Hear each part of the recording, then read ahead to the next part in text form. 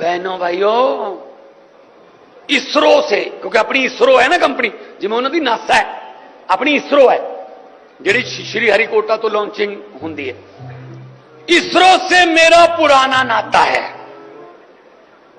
मैं कहा यार एडा गप, 8वीं दी डिग्री नहीं लभ रही, गल्लां इसरो दियां कर रहा है। पुराना नाता किवें जोड़ूगा हुण ये?